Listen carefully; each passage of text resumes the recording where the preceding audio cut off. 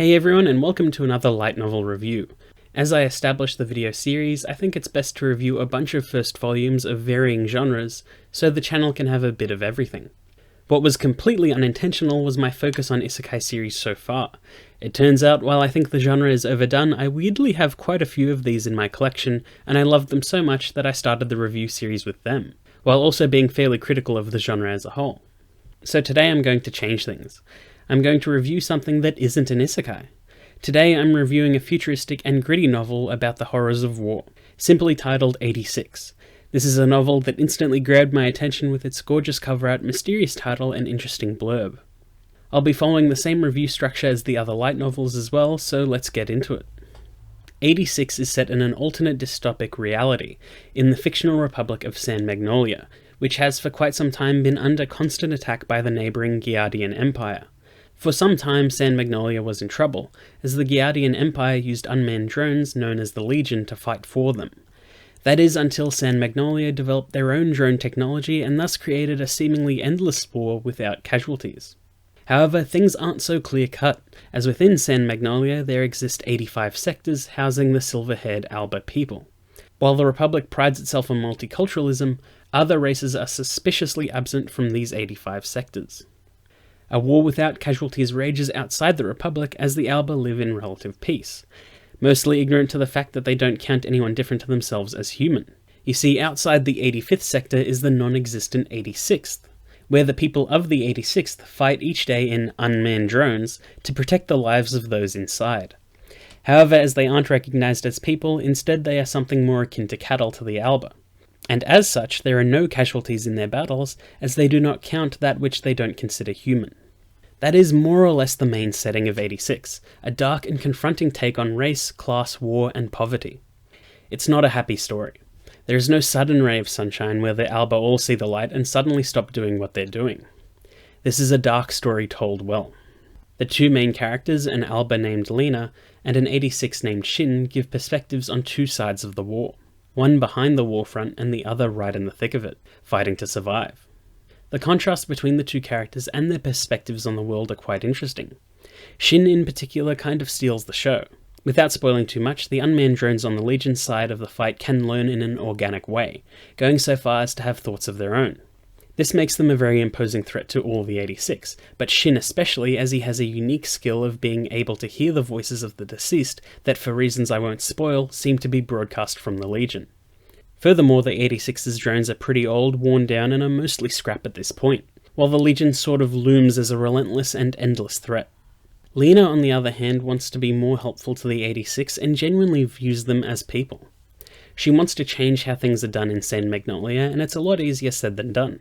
As the 86's commander beyond the walls, Lena can communicate with the 86 via special comlink that can share sensors. All other commanders for this crew left for various reasons, but Lena has stayed the longest, and even after hearing the crying voices of the dead and seeing the horrors of swift and gruesome death, Lena still wants to help, even if nobody wants her there. Shin is more stoic than Lena, and they have an interesting relationship between someone who sort of just accepts the situation as it is to achieve a goal I won't spoil, and a girl trying to achieve the impossible. While I'm not usually one for warlike stories or mecha, I took a chance on 86 because of its synopsis and the eye-catching cover and title. I wasn't disappointed either, as the third-person writing, shared protagonist narrative style, and focus on characters and motivations really hooked me on the whole thing. A slight spoiler alert. It very quickly establishes that plot armor isn't a thing, and characters could die at a moment's notice. Which I love, as it brings a real tension to the narrative as you genuinely worry about what's going to happen next. The twin protagonist system works really well here too, as in my mind I thought if one died the story could and would keep going. I found it to be a fairly easy read too, just that I needed to keep on top of some of the jargon used, like names of countries, races, weapons, and stuff like that. But it's not hard to get back on track. I did lose track of which character was which one or two times in the middle of battles, but again it was easy enough to find my place by backpedaling a bit or just continuing. Like I said before, I'm not that big of a military guy. But there's something special about 86. I find part of that is probably due to the fantastic illustrations.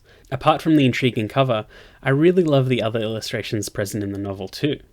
It helps that 86 has two different people working on this area. One does the core illustrations like characters and scenes, while another designs the mechs and weaponry. They are both very distinct designs, and they gel rather well together. The way they introduce new legional weapons reminds me of how some action games like Bayonetta introduce new enemies. It gives a brief overview of what's going on, its name, and some characteristics before having you fight it in the very next sequence. It helps give the reader an idea of what everything looks like as it's introduced, rather than relying only on a written explanation as the first point of reference. I found that the illustrations captured the tone of the narrative, and that's all it needs to do. It doesn't feel out of place, and it pairs well with what is being said. And that's pretty much 86 in a nutshell. I could talk more about the class structure and general societal structure of San Magnolia, or the dark past of Shin and his juggernaut drone. But then I'd be here forever, and then there would be no point in reading the novels, as I would have spoiled the whole thing. I took a chance on it and was pleasantly surprised at what I found. And I feel like it's a series that's better to go in knowing the bare minimum than researching everything there is to know. So if 86 sounds like your kind of thing, then I highly recommend it.